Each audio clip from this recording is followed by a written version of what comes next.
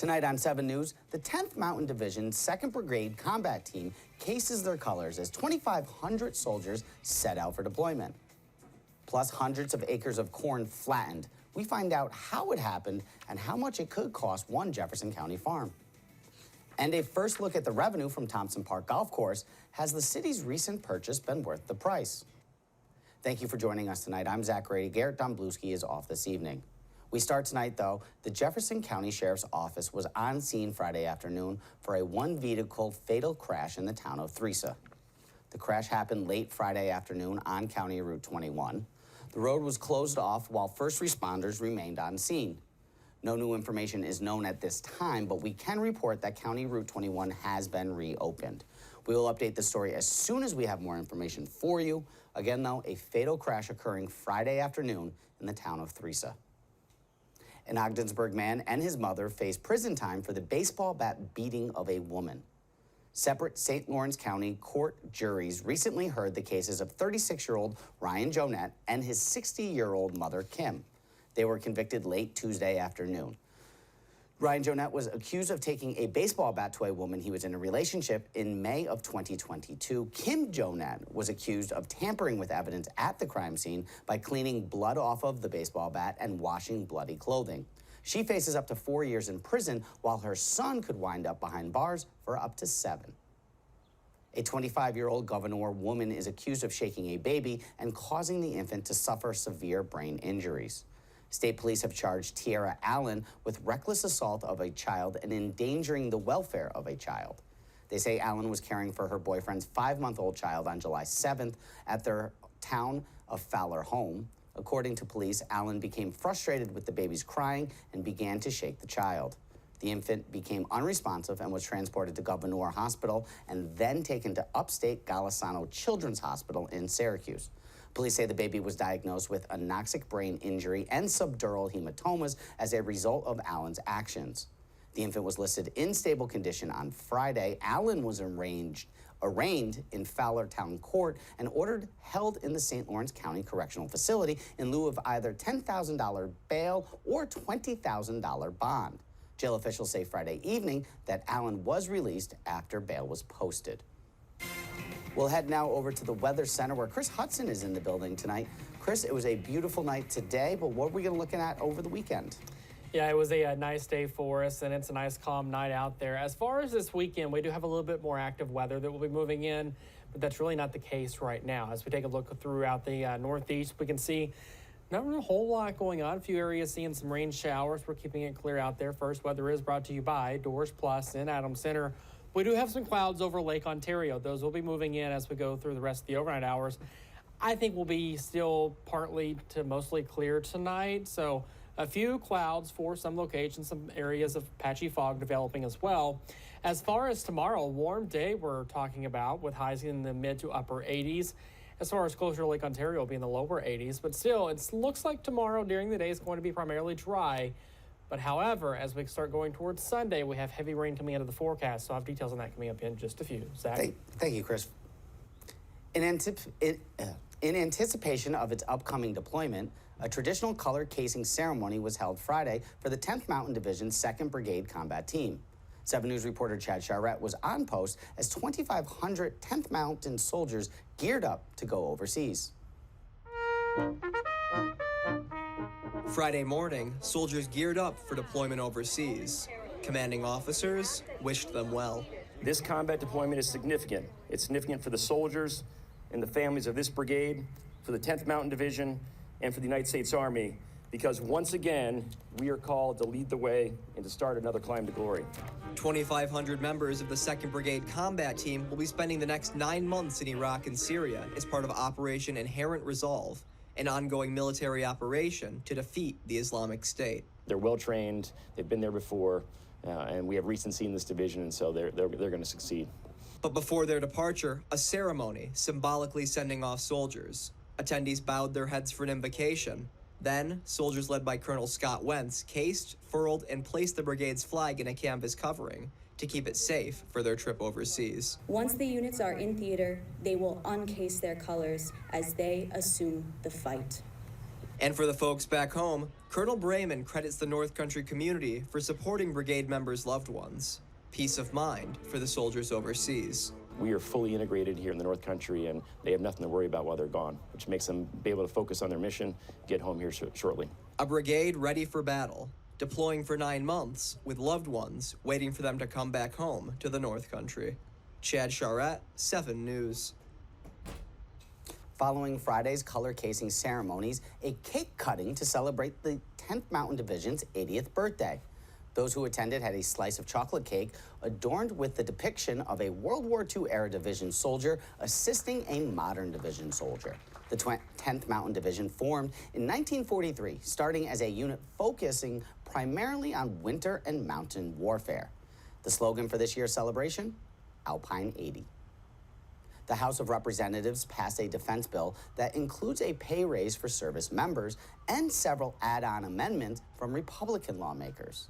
The National Defense Authorization Act, which sets policy for the Pentagon, cleared the House by a vote of 219 to 210. The bill includes 20 amendments created by local lawmaker Republican Congresswoman Claudia Tenney. Tenney represents Watertown as part of the 24th Congressional District. Tenney's amendments include ending taxpayer funding for gender transition surgeries and abortion services. Another prohibits the flying of what Tenney calls woke flags on government buildings. That would include the pride flag. This bill also prohibits funding for drag shows or Drag Queen Story Hour. She says Republicans wanted to rein in policies adopted under the Biden administration. Certainly, I'm supportive of the LGBTQ plus community, but I don't think that it is necessary for us to fly that flag in nations all around the world. I think we need to fly the American flag and understand it's appropriate for the military to represent what it stands for. If it's at some institution or entity other than the U.S. military, then that's different. But this is something that should represent our military and what unifies us, not what divides us. Congresswoman Elise Stefanik, whose district represents Fort Drum, also voted in favor of the bill. She says the measures put taxpayer dollars to good use by strengthening our military and providing a well-deserved pay raise to our brave men and women in uniform. Numbers have been released on revenues for the Thompson Park Golf Course after its controversial purchase earlier this year by the city of Watertown. The numbers come from a report to the City Council ahead of Monday's upcoming council meeting. That report from City Parks and Rec Superintendent Scott Weller lists month-by-month revenues for the course spanning from April through part of July. The numbers may indicate that the course is losing money, but not quite as much as the city has expected. The figure shows $236,000 in revenue to date for more than 6,000 rounds of golf played. Meanwhile, Watertown City Council will decide if it wants to try for a grant to start designing an amphitheater in Thompson Park. The theater would be a 250-seat venue near the west outlook of the park. The project is part of the city's master plan, but for the park to adopt these designs, Watertown would need to apply for funding. The grant the city is applying for will cover 75% of the cost, with 25% of the cost coming from the city. There will be no flying out of the Messina Airport for the next couple of weeks as runway construction, a project will keep planes from coming in and going out. Boutique Air flies from Boston to Messina. The airline says flights will resume August 4th. A North Country doctor says not to worry too much about drinking a can of Diet Coke after a study shows a key ingredient may be linked to cancer. The World Health Organization released a report Thursday indicating the artificial sweetener aspartame is possibly carcinogenic to humans, meaning it could cause cancer. Dr. Joseph Wetterhand with Samaritan Family Health Network compares the risk to using your phone or treating a sunburn with aloe. The estimation is you would have to drink 15 cans a day for at least 20 years before your risk would be higher than somebody who doesn't drink any. Dr. Wetterhand says the study found aspartame fell into a category labeled 2B, the second to lowest possibility of causing cancer. Still to come tonight, Mel Busler takes us into the weekend with your North Country Sports Report. Hey, Zach, quarterfinal action in the Watertown Men's City Golf Championships. We will have the story. Plus, we preview this weekend's Racket River Dragon Boat Festival. And Thursday's storm flattens this cornfield in southern Jefferson County when 7 News continues. From the North Country's news station, you're watching 7 News Tonight with Garrett Dumblewski. Tonight's weather with John Kubis. And your North Country sports with Mel Busler.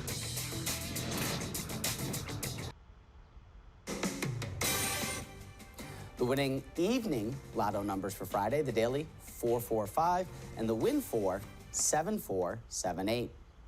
This is what's left of a cornfield after a storm Thursday ripped through southern Jefferson County.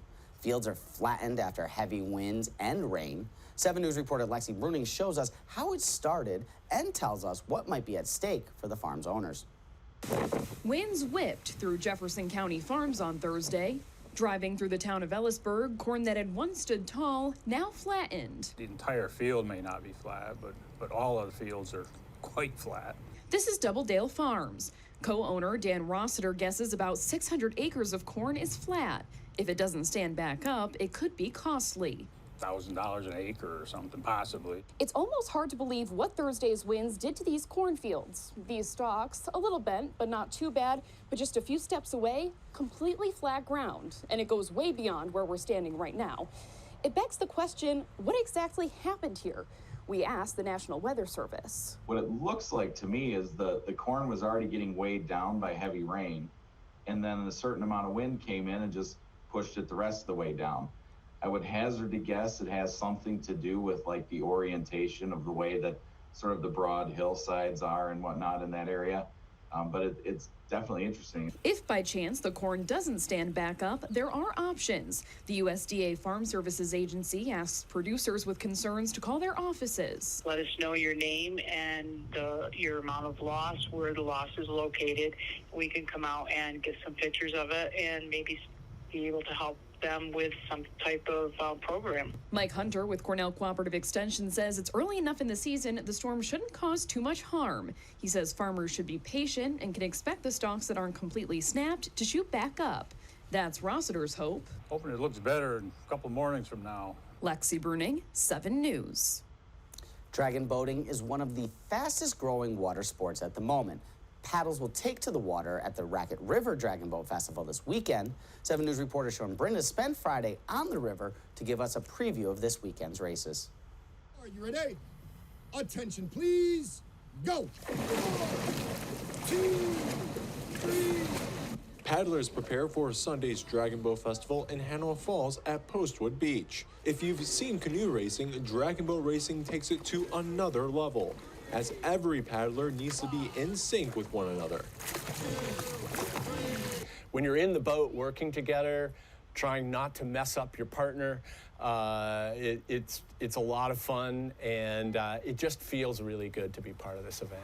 The Racket River Dragon Boat Festival started 2 years ago by Clarkson University. Last year, 10 teams competed. With more than 15 teams racing this year in the Hanover Falls Dragon Boat Fest, they're also fundraising for an important cause. The money that we raise as part of the Dragon Boat races goes to help put our health sciences students out into the community, working with the community to assist in a wide variety of different kinds of health initiatives. Teams consist of 20 paddlers and 1 drummer as they work together to become the fastest on the water.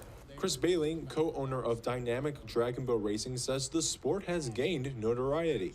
It's one of the fastest growing water sports on today. We are very close to getting into the Olympics, from what I understand. There's so many countries that the sport has to be involved in for them to participate and grow up into it. The festival will kick off on Sunday at 8:30 and is expected to go well into the day. Sean Brinda, 7 News. Chris Hudson is back in the Weather Center this Friday. He has your full forecast when 7 News returns. Now, tonight's weather. Well, it was a nice day for us today. Saw a lot of sunshine after we had some clouds moving on through. As far as out there right now, really not a whole lot going on. Keeping it mainly clear. Some clouds we'll be working on in here soon, but still going to see mainly partly cloudy skies to mostly clear tonight. That current temperature is 59 degrees, so cooling off out there is very nice. Nice night to leave the windows open. And that dew point very comfortable as well there at 57. Could see a few areas of patchy fog developing overnight tonight, but today we did warm up to 78 degrees. Of course, that is close to where we should be for this time of the year. Now, as far as tomorrow, we're actually going to be above average. It's going to be a warm day for us on Saturday. Currently 61 degrees for you on Fort Drum, 59 though for Ogdensburg, 60 degrees for you in Wanakina, 63 Loudville, and 64 degrees in Messina. So temperatures really nice out there. Like I said, tonight's a nice night. A few areas of fog by early tomorrow morning. But look at by the time we get to the afternoon, yeah, we're talking highs in the mid to upper 80s. Then if you're closer to Lake Ontario, your highs are going to be closer to the lower 80s. As far as rain, I'm not really concerned for rain during the day on Saturday. There is just a very, very small chance that we could see a few showers in the afternoon. So timing this out for you, clouds will start to increase by the time we get towards tomorrow morning. I think this model is still a little bit overdone. I still think that we are pretty much mostly sunny 7 o'clock in the morning on our Saturday. As we go towards noon, still keeping it dry and partly to mostly sunny out there. Temperatures warming on up, getting a little bit more humid as well because we're getting more moisture in here. As far as the afternoon, like I said, primarily dry. 10 to 20% chance of a shower or two throughout the afternoon. Once we get past 6, 7, 8 o'clock in the evening tomorrow, our rain chance really starts increasing as we go overnight. Saturday into Sunday, notice what happens. We start seeing some thunderstorms moving through and moving in. So those are going to be loud. So you're probably going to get woke up early Sunday morning. It's just some thunderstorms moving through. Some of these could be on the strong to severe side. But as we go towards Sunday morning at 11 o'clock, a lot of that's starting to move on out. So what does that mean for us on our Sunday afternoon? Well, it looks like it's going to be a nice afternoon for us on Sunday. However, with a marginal risk for some of those storms being on the strong to severe side, we also have a marginal risk that we could see some flooding concern as we go throughout Saturday night and early Sunday morning because of the amount of heavy rain that we're going to be seeing. So, of course, that's something to keep an eye on. And if you encounter any flooded roadways, remember, turn around, don't drown. As far as the drought monitor that was released yesterday, you can see still some areas in drought conditions. That's mainly for us here in Jefferson County and northern St. Lawrence County. Pretty much all of Lewis County has been removed from that and southern St. Lawrence County. So hopefully the rain that we get overnight Saturday into Sunday morning will help kind of relieve this, and we will no longer have drought conditions. Now remember, more than just did it rain or did it not rain goes into the drought condition. There's a lot of different factors in it, like soil moisture and river flow in the area. As far as that 7-day forecast, you can see next week is going to be nice and fair weather. Next week is the Lewis County Fair after we're just finishing up the Jefferson County Fair this weekend. So it looks like it is going to be a nice week for that. And those temperatures will be a little bit cooler, more around average for us. And with those temperatures being a little cooler and a little more average, it means less humidity as well. So next week is looking like a very nice week for us for July. As far as sports, Mel Busler will have that next. Now your North Country Sports. Time for your Toyota Sports Report. Quarterfinal action in the Watertown Men's City Golf Championship taking place today at Thompson Park Golf Course. Some talented golfers on the course. The first match of the day pitted defending champ Joe Tufo against Sean Thomas. First hole of the match, Thomas with a birdie putt that comes up short. He pars the hole. Tufo's par putt to have the hole slides by. Tufo beats Thomas 3-2. Adam Brown meeting Michael Burgess in the second match. First hole, Burgess with a long birdie chance that comes up short. He settles for par. Brown misses his par putt to go one down. Brown goes on to beat Burgess 4-3. Next up, John Buffalini taking on Nate Heller. First hole, Heller sticks his chip shot to within 2 feet. He pars the hole. Buffalini sinks his par putt. Buffalini goes on to beat Heller 2-1. Last up, Philip Rogers meeting Matt Barton. First hole, Rogers misses the birdie putt and settles for par. Barton makes his par putt to have the hole. Philip Rogers wins this matchup 2-up. Well, tonight's Watertown Rapid scoreboard brought to you by Coleman's Corner, located behind Fairground Inn across from Watertown Arena. Coleman's Corner offers traditional Irish fare along with gourmet sandwiches, burgers, steaks, and seafood. Enjoy your favorite beverage for great food. It's Coleman's Corner. The Rapids with a scheduled off day today after being rained out in Mohawk Valley last night. The Rapids visit Amsterdam to take on the Mohawks tomorrow night. Well, one of the biggest softball tournaments in the area will be setting up shop next weekend at a number of spots around Jefferson County. Rob Crone has the story. The Thousand Islands Challenge will be taking place from July 21st through July 23rd at a number of sites around the area. Tournament organizer Christopher Tahanika says the 3-day-long event will bring together some of the best travel teams from around the Northeast. We have 83 teams from all over New York State, Pennsylvania, New Jersey, and we got players from Canada, one team from Canada. It's the 20th year for the event, which sees teams from U10 to U18 compete, with each team guaranteed 3 games. Tahanika says this tournament is unique for a couple of reasons. To me, I believe it's the biggest tournament in New York State because we got 200 games. And it's unique because we don't have, to be honest with you, we don't have the greatest facilities. Things kick off on Friday morning at the Alex Duffy Fairgrounds with a free clinic for players, which will run from 10 a.m. to 1 p.m. It's a clinic that's free of charge to softball players and is open to those participating in the tournament or players just looking to get a little instruction from some college and high school coaches that will be in attendance. The vision is to give every kid a chance to play the game of softball, the greatest game on dirt, let them learn from the college coaches, the high school coaches who put the time in. And last year we were expecting 30 kids, we had 108. Having a number of coaches on the field for the clinic gives the players a chance for more one-on-one instruction and also provides a number of different approaches to the fundamentals of the game. You just can't learn from one person. You know, you got to have different perspectives. Different voices. Different voices, absolutely. You know what I'm saying? And you just, you know, you take what you like and what you don't like and you add it to your game. There will also be a clinic for the umpires on Friday from 9 a.m. to 2 p.m. free of charge for anyone interested. That will bring in college umpires from all around the country to give some instruction and insight. We just want to give umpires perspective where you can get to if you work hard and get an opportunity to move up the ladder if you desire. A chance for players and umpires to learn and take part in the game they love. Rob Crone, 7 News Sports.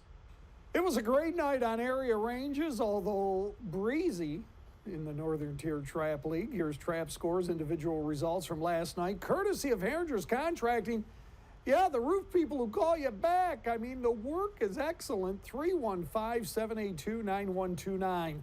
All the scores compiled by the temptress of Trap, the lovely Gina Worth. Checking team results from last night. Brownville nipped Glen Gregg. Adams Center over Lowville. Beaver River defeated Harrisville. Henderson over Sackett's Harbor. Snow Fun of Evans Mills beat Lyme. Carthage outlasted Gouverneur. 11 shooters were perfect last night. Remington Rupert, Scott Glenn, Seth Miller, and Cale Fichette. Also Terry Alt, Joey Forney, Tim Dotson, and David Hill. Rounding out the 25 for 25 list, Ryan Mashaw, George Garreau, and Rick Mothersell. 2 shooters have been perfect for 2 straight weeks, Kyle Busby and Robert Moon. 1 shooter has been perfect for 3 straight weeks, Dave Ditch. Novak Djokovic and Carlos Alcaraz will meet in the Wimbledon final. Both won their semifinals in straight sets. Djokovic closed on his 8th title at the All England Club. He's moving closer to it, 5th in a row, by repeatedly serving his way out of potential trouble, beating Jannik Sinner 6-3, 6-4, 7-6. Djokovic is pursuing a 24th Grand Slam title overall. Alcaraz advanced to his 2nd major final and 1st at Wimbledon by eliminating Danil Medvedev 6-3, 6-3, 6-3. Alcaraz is a 20-year-old from Spain who is ranked number 1. Djokovic is a 36-year-old from Serbia who is ranked number 2. And Rory McIlroy is coming off a 2-week break and sure doesn't look to have much rust, at least with his irons. McIlroy was practically flawless from tee to green in the Scottish Open. He had a 66 for a 1-shot lead going into the weekend. He only wishes it could have been better. McIlroy missed 9 putts from 10 feet or closer, all but one of those chances for birdie. He's still happy to be leading. 1 shot behind are Tom Kim, Byung-Hung In, and Terrell Hatton. Among those missing the cut, Jordan Spieth and Patrick Cantley. Well, that's it for now. We're going to stop, pay some bills. When we come back, Zach will take us into the weekend.